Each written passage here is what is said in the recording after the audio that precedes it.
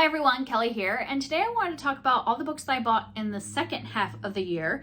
I haven't done a book haul since, I don't know, last ones I talked about were books I had bought in March. I don't remember when I put that book haul up, but yeah, I haven't talked about anything that I bought since March. And this isn't even a huge book haul. I've been really trying to be conscious about how many books I buy this year.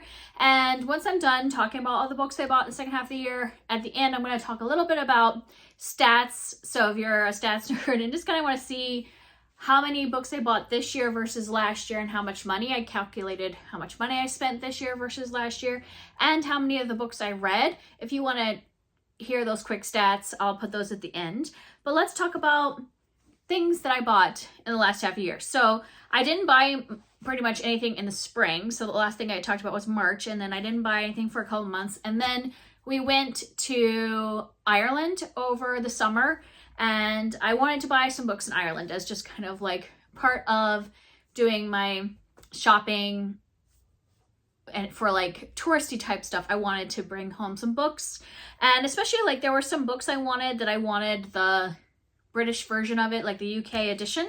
So I ended up getting Ithaca by Claire North, and this is a retelling of the Odyssey, but from Penelope's point of view, so her time in Ithaca during the Odyssey. And this is now a series. I didn't realize it was going to be a series, but at the time when I was in Ireland, this was only out in the States in hardback, and I wanted the UK paperback edition. And then I also got The Dance Tree by Kieran Millwood Hargrave, and that was another one where we had the hardback here in the States, but I wanted the paperback, so I ended up getting it, and I like how they kind of match. So those are two, and this one, I can't remember, I think this is actually like a historical fiction based on like a real event where there was like a mysterious dance plague that took hold of a city, and kind of like people were just dancing, like a whole big group of them. I think it's like kind of about mania and all that, like kind of mob mania. So those two I gotten in Ireland. And then another one, I wanted to also get some Irish authors, because I think both of these are UK authors. And so I picked up Strange Sally Diamond by Liz Nugent. And after I got this, I got home, and a couple months later, they talked about this on the podcast Currently Reading. And I've heard about Liz Nugent a couple times since coming back. I guess she's a really popular kind of thriller writer in Ireland. And I actually ended up reading this on the plane and read this much, and I haven't finished it. I need to go back to it, but it has some content that I wasn't expecting that kind of caught me by surprise when I was on the plane. And so I was like, oh, I need to set this aside, and then I forgot to pick it back up. But I was enjoying the writing. I think I would like to try other things by this author, and I will continue this book. I just kind of forgot about it after I had set it down for a few months. And then the next two I got for my kids, but they were also Irish authors. I got Irish Tales of Mystery and Magic by Eddie Lenihan. This is for my older one who loves mythology and folklore and all that. So it's got, illustrations and everything in it throughout the book. So I wanted to get her something that we could read together that's like kind of Irish folk tales. And then for my younger daughter, I got Cloud Babies by Ian Colfer, who is an Irish author. And this one is super cute. It's all about this family who sees, images in the clouds. And then the little girl becomes sick and goes to the hospital and kind of uses the cloud babies to make her feel better. And so this is a really cute story. So those are all the ones I got in Ireland. And then once again, I didn't buy for several more months. I did get one book from a little free library. Like we were just happened to be at a park. They had a little free library, and I saw Song for a Whale by Lynn Kelly. And I've heard of a lot of people like really like this one. I think Krista from Books and Jams really liked this. And this is about a girl who is deaf, I believe. And then she meets this whale who also has trouble communicating with other whales. And she feels a connection with this whale. And I've heard good things about it. And this one was free because it was from a little free library. And then the rest of these I bought more recently, kind of in like fall time. So I had watched the movie Happiness for Beginners on Netflix, and I was like, oh, I know that's a book by Catherine Center. And I've read a lot of Catherine Center's more recent books. This is one of her backlist, and I liked the movie, so I bought the book because the library, the holds were enormous, most likely because of the Netflix movie. And so I bought the book and I started it right away, and I read like 60 pages, and I was like, I don't like this as much as the movie. So I decided to set it aside and come back to it later, so I didn't have like the movie fresh in my mind when I came back to this. So I will read this. I just didn't want to be comparing it to the movie as much as I was in that first like 50 pages. It's just different than the movie, and that's fine. I just don't want to have them back to back, it turns out.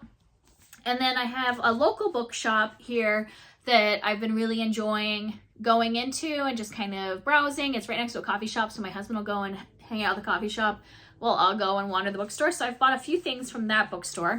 I got Witchlings by Claribel A. Ortega, which I already have read. This is a middle grade witchy type book. It was really cute. I liked it. And then another one I read already. Yeah, go me reading my books.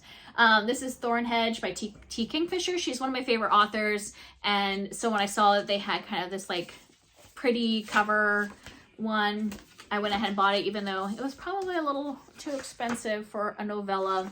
But since it's my favorite, one of my favorite authors, I thought it was okay to buy a little more of an expensive one. And this is a like kind of a Sleeping Beauty retelling. It's kind of from the like fairy's point of view, like the fairy that puts the princess to sleep. So yeah, that it was a good one. And then I also bought from there Gathering Moss by Robin Wall Kimmerer, and this is a nonfiction about a natural and cultural history of mosses. And I really enjoyed her other book. Why am I blanking about what her other book is? But yeah, I really enjoyed Braiding Sweetgrass. And so I just wanted to pick this one up, and it's short, and so I got that one. And then the rest of these I bought online. I've been trying not to do much online shopping this year. I've been trying to like stick to buying from like in-person shops to support businesses, but I did buy a couple things at the end of the year, mostly because Amazon has that like buy two get one free sale around Black Friday. So that's where 3 of these came from. And then I got one other one because it's the only place I could find it, which was Three Wise Women. This is a devotional by Dandy Daly McCall. And this is a devotional I'm using for Advent. And all I could do was find it online. I couldn't find it in a local store. And then these are the 3 I got for that like Black Friday sale. I got Fit for the Gods, Greek Mythology Reimagined, edited by Jen Northington. And this is a collection of short stories that are retellings of Greek myths. And I think it's supposed to, I mean, like from what I saw, I thought it was supposed to be pretty diverse in the like authors and the way that, yeah, it says an anthology of gender-bent, queered, race-bent, and inclusive retellings. And there were some authors I had read from before, like Alyssa Cole and Sarah Gailey. And then I haven't recognized some of these other ones, but oh yeah, Mia P. Manansala. I think I read something from her before. And I've heard of Sarita Cordova, and then some other ones I haven't heard of, but I like Greek retellings, so Greek myth retellings, so I thought this would be a fun one to try. And then I got Other Birds by Sarah Addison Allen. I've been wanting to read this since it came out, but I didn't want to buy the hardback, so I was waiting for the paperback to come out. It finally, came out in paperback, so I picked it up because I own almost all of Sarah Addison Allen's books, so I wanted to try this new one by her. I haven't read this yet, but I was waiting to get myself a copy. And then the last thing is Lore of the Wild, Folklore and Wisdom from Nature by Claire Cox Starkey. Yeah, it's got like tales and legends, and then also just kind of talking about some of the creatures and things from folklore from all different kinds of lore, so from around the world.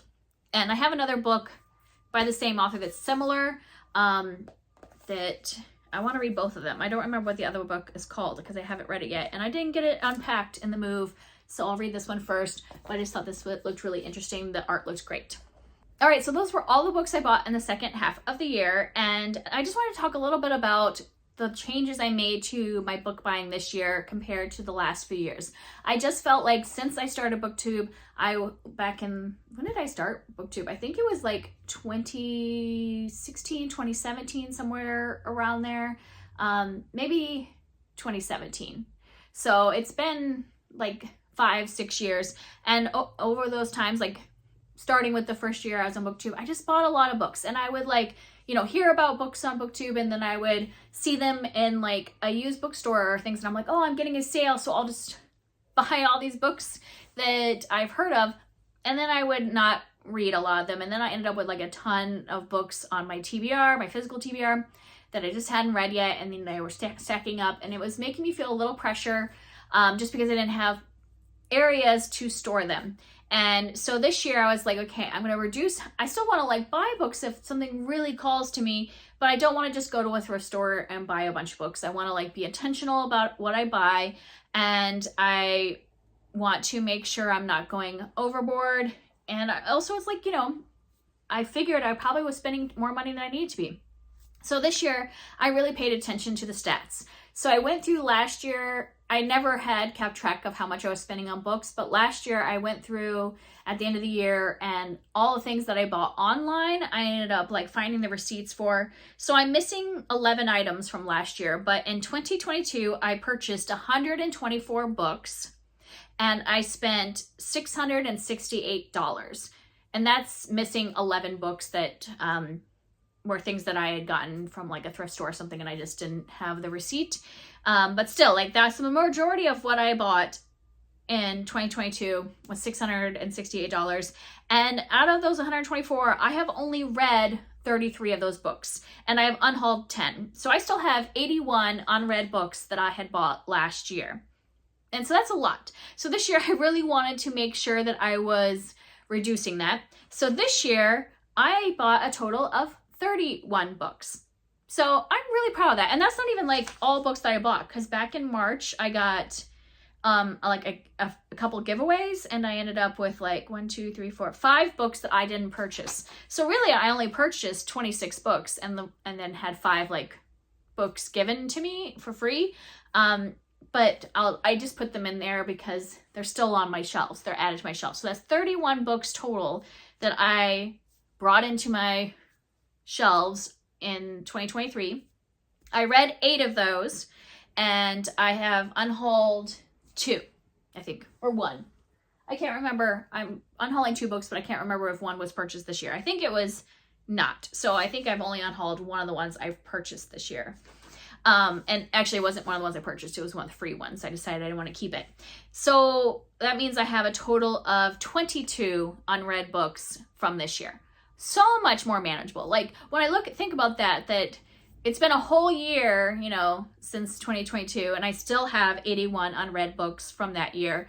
And this year we're not even finished with 2023, and I only have 22 books left to read that I have bought. And it just feels a lot better to have that number. That seems like a much more manageable number. I mean, really, if I wanted to, I could just like commit to reading all of those in the first like quarter of 2024 and get them done. I'm not gonna like force myself to do that, but I am kind of like trying to push myself to focus on reading those books that I have purchased recently. But I think that I'm doing a good job. But the funny thing is, when I was really looking at the percentages, I had a very similar percentage of books read in 2022 as I did in 2023. So even though the number was really high last year, I read the same percentage pretty much of books both years. So that's telling me it doesn't matter how many books I buy, I'm only going to read like a certain percentage of them. I think it was like, I can't remember what the percentage was. It was around like 22 to 24% of the books that I bought, I read, and it didn't matter how many. So I mean, I could go back to some other years, but it doesn't seem fair to look back at like 2018, because obviously I've had 5 years to have read those books. So I just looked at these last 2 years, but that's kind of telling that it doesn't matter. I'm not going to read anywhere close to even like 60% of the books that I read in a year. So buying less is better. I also was trying really hard this year to buy more diversely, and I did that most of the time. I mean, when I went to Ireland, those authors were not very diverse because I was purposely trying to buy Irish authors and like UK authors because I was over there. But of the ones that I bought in the States, I was pretty good about making sure that I was only purchasing diverse books, because I was trying to like find a way to really like diversify my reading. So I was like, well, if I only really buy diverse authors, and some of the ones that I have bought in the past couple months wouldn't fit into that. But I would say over half of the things I bought this year were from like marginalized authors of some sort. So yeah, I think that I did a good job this year.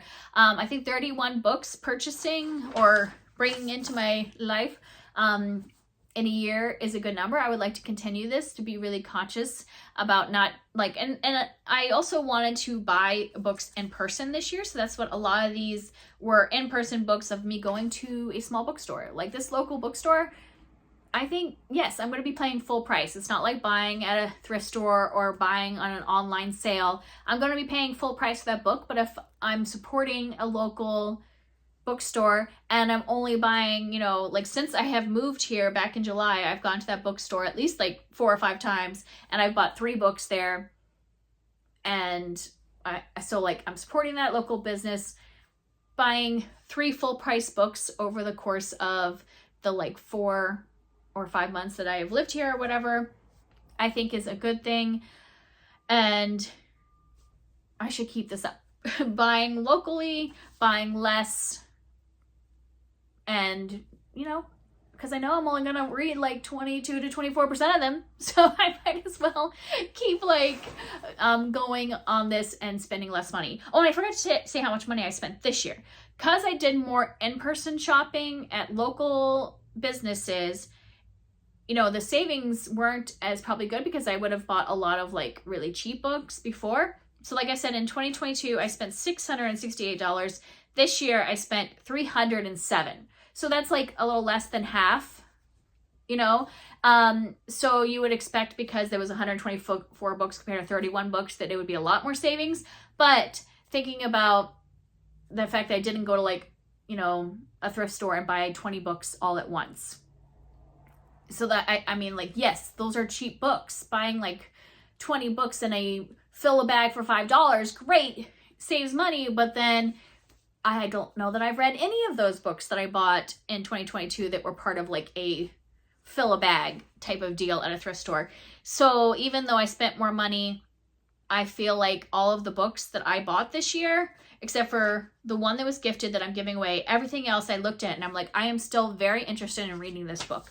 And I can't say that about the 2022. I think I need to go through and get rid of some of those books that were like those cheap buys. But of the like ones that I bought this year, I'm feeling like really good about wanting to read all of them that I purchased.